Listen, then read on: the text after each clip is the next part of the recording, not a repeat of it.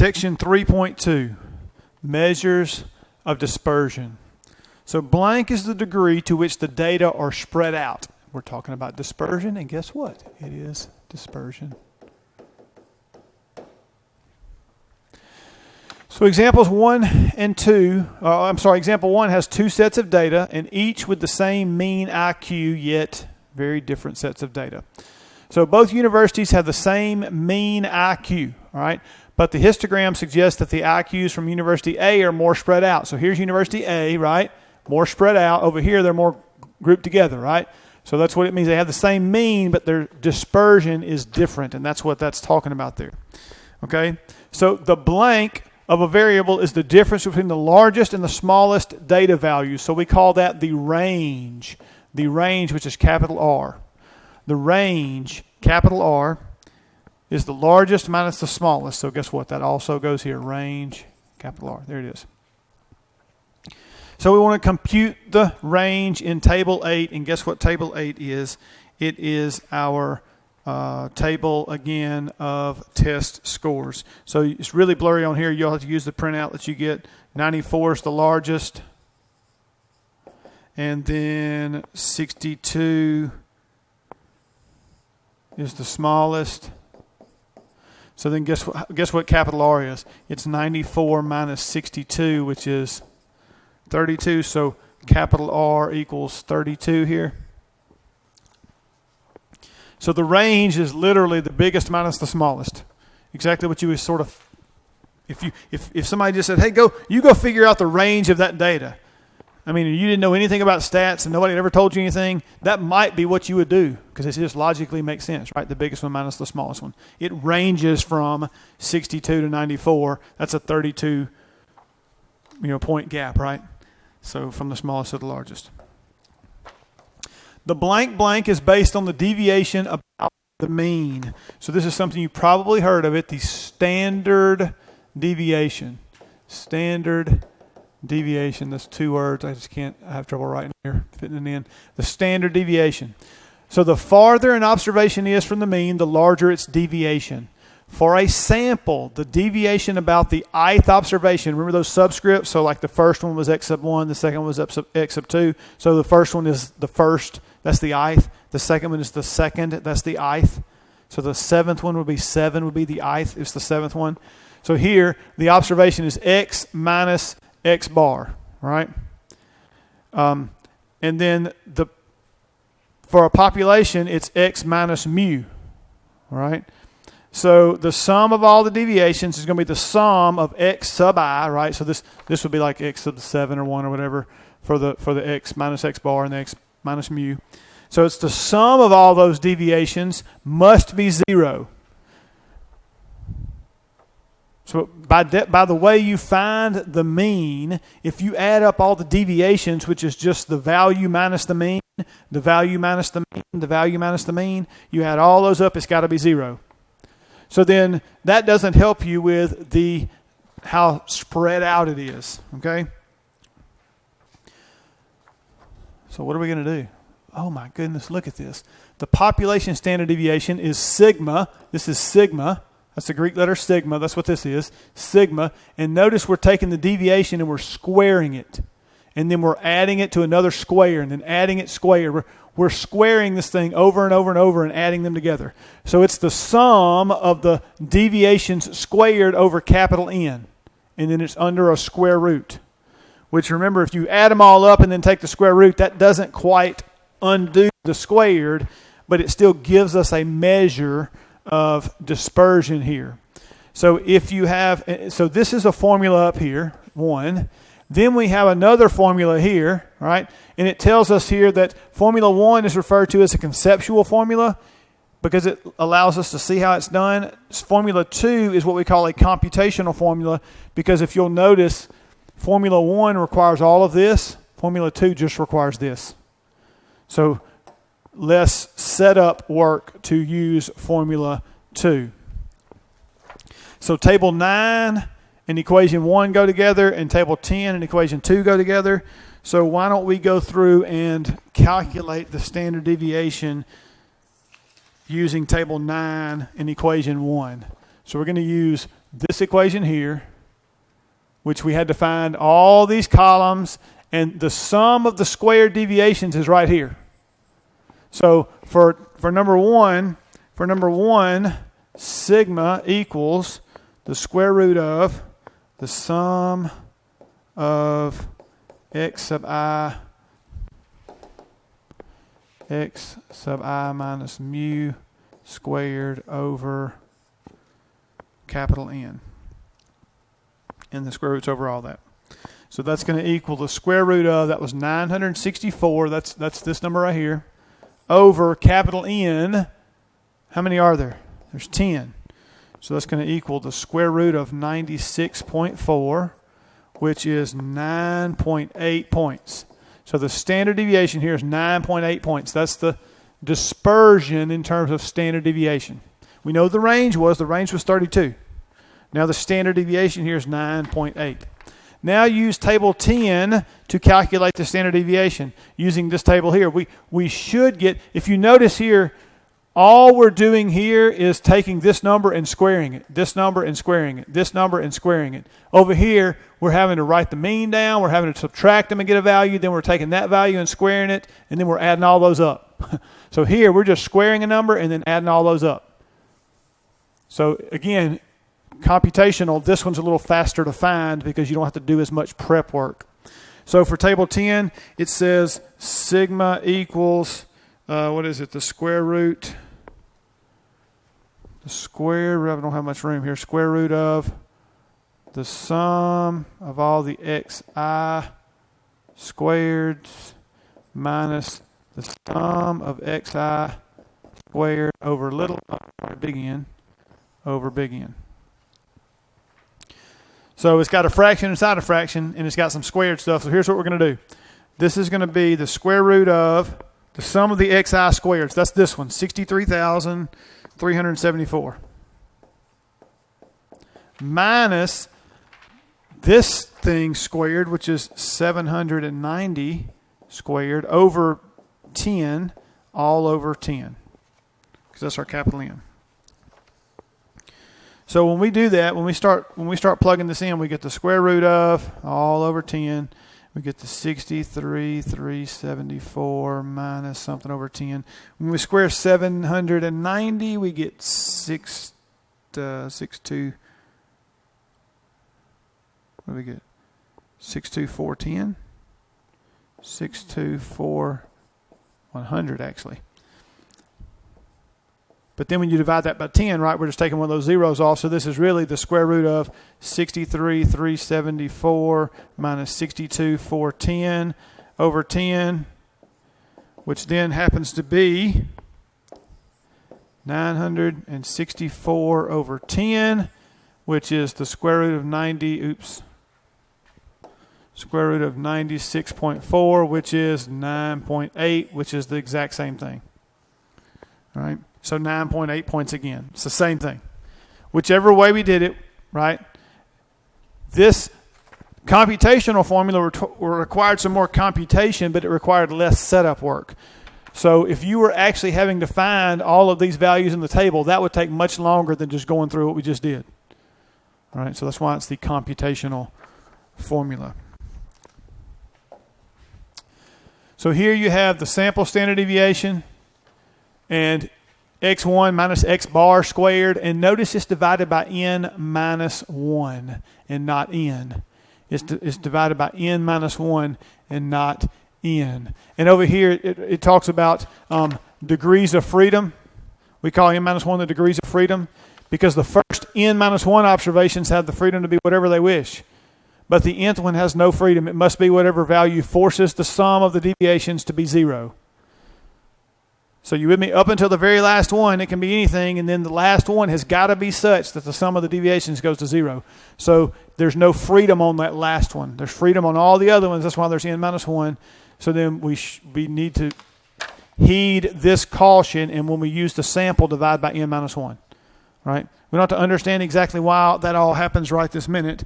So, but you need to know that it does happen. You divide by n minus 1 here, not little n. All right? So we're going to use equation 3 again, that's the conceptual formula, to calculate the standard deviation. So, and that comes from table 11 here. So to do that, we're going to try to plug this in here. And we get the square root of, was it 384.75? That's this value. Divided by n minus 1, which is 4 minus 1. There's 4 things in here, right? So that's going to be the square root of 384.75 over 3, which is the square root of 128.25, which is 11.3 points. And then if we plug it into the other one for table 12 here, and I didn't give myself nearly enough room, so I'm just going to come over here and start this. We're going to say this is going to be the square root of, and again, we're plugging all this stuff in here. The squareds, that's this number, and then this number squared is going to be 295 squared, so we're going to have 22141 minus 295? 295 squared over 3, or is that, nope, this part is over 4, right? That's not n minus 1. So that's going to be over 4, and then the whole thing is over 4 minus 1. So then that's going to be the square root of 22141 all over 3, and then the minus something over 4. 295 squared is 87,025. And then that's going to be the square root of 22141 minus, what is that? 21756.2. That's 21756.25. Is that what it is? All over 3. And I'll give you one guess what this is. We're going to come over here on this side of this. We're going to say this is going to be the square root of 384.75 over 3, which is the square root of 128.25, which is 11.3 points. Look at that. So the sample standard deviation was 11.3 points.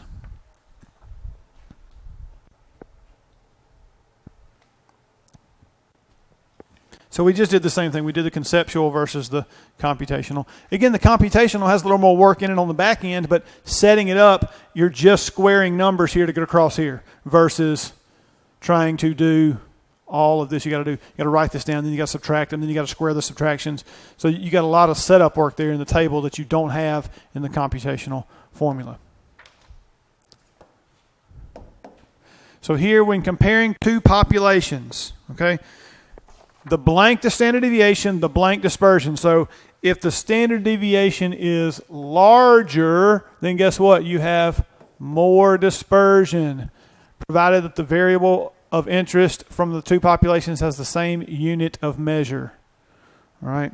So the larger the standard deviation, the more dispersion if they're the same unit of measure.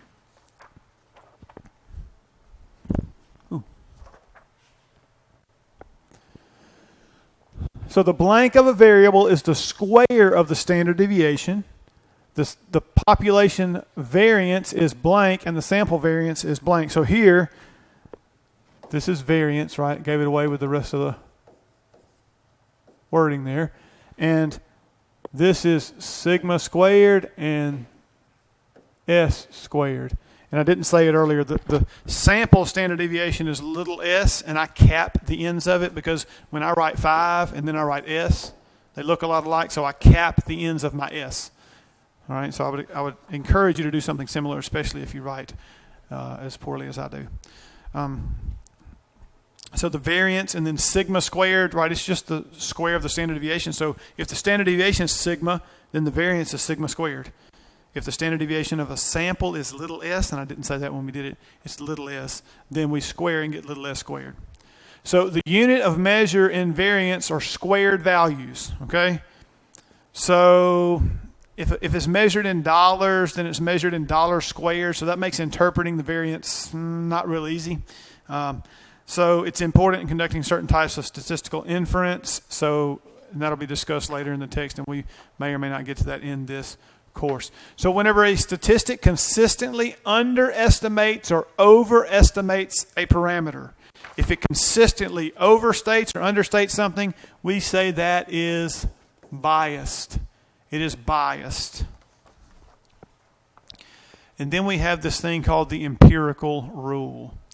If data have a distribution that is bell-shaped, the empirical, so bell, this looks like a bell, right? A bell you can ring, ding, dong, ding, right, a bell. So if it's bell-shaped, then approximately 68% of the data is within mu minus sigma and mu plus sigma. That's one standard deviation, right? Mu is the mean, and sigma is the standard deviation. So if I take mu plus sigma, that's one standard deviation above the mean. I take mu minus sigma, that's one standard deviation below the mean, and everything in between there, this is all 68%, okay? That's all 68%. Probably can see that a little better. That's 68%, one standard deviation on either side of the mean. So that means that since it's symmetric, there's 34 here and 34 here. That's what those numbers are. Then if you go out 2 standard deviations, so if I go mu and go out here to this 2 sigma and come back here to 2 sigma, so from here to here, everything in there is 95%. That's 95% of everything within 2 standard deviations of the mean. So just so you know, right, you have a standardized test that you all took, or most of you did, called the ACT. Some of you may have come from another state and took the SAT, but typically a student that wants to go to college takes one of those 2 tests, and Mississippi is considered, quote unquote, an ACT state. Now, you may come from a state that is SAT, but you took a standardized test. That standardized the scores. So if the mean of the ACT is 18 and the standard deviation is 3, then 95% of everybody that takes it makes between a 12 and a 24. That's within 6 points, 2 standard deviations of 18.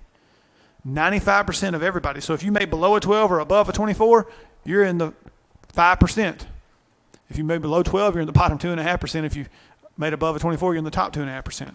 They standardize it. So then the last part of the empirical rule says if you go 3 standard deviations out from here all the way out to here, right? See how little the tail's gotten out here on each side?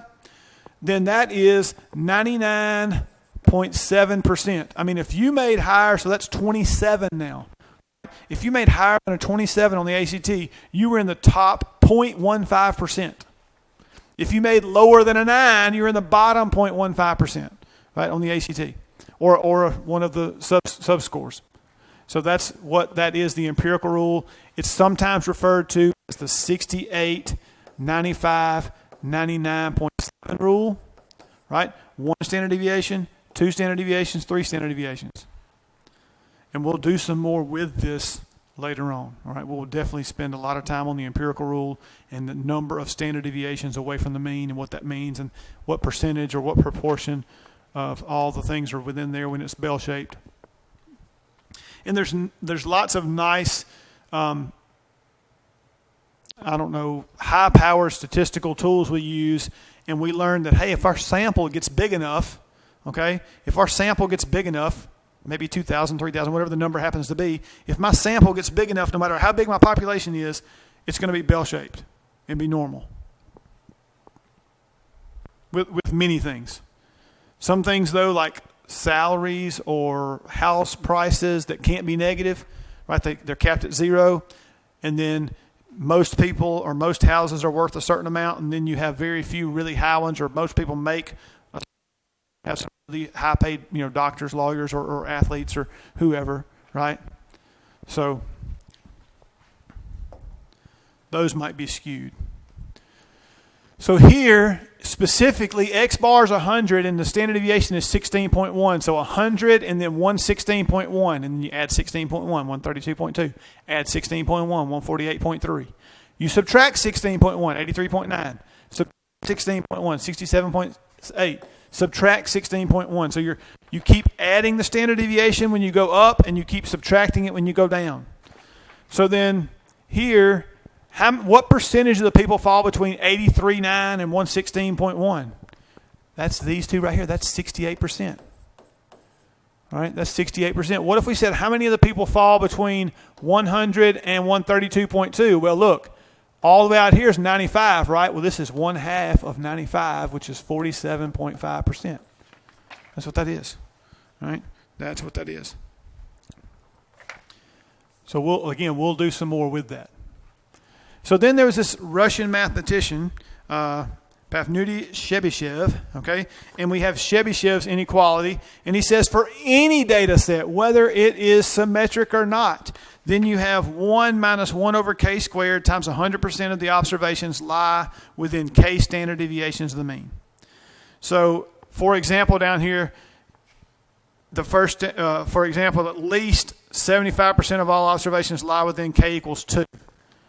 So 75% lie within, at least 75% lie within 2 standard deviations of the mean. If you talk about 3, then it's going to be 88.9%, and so on and so forth. So the empirical rule only holds if it's bell-shaped. Chebyshev's inequality is regardless. Now notice his is an inequality. It's greater than that. It's at least that much. Okay, it's at least that much, not exactly equal. You find a value it's equal, but it's at least that many fall within those standard deviations from the mean. All right, so I hope this helps with measures of dispersion, section 3.2.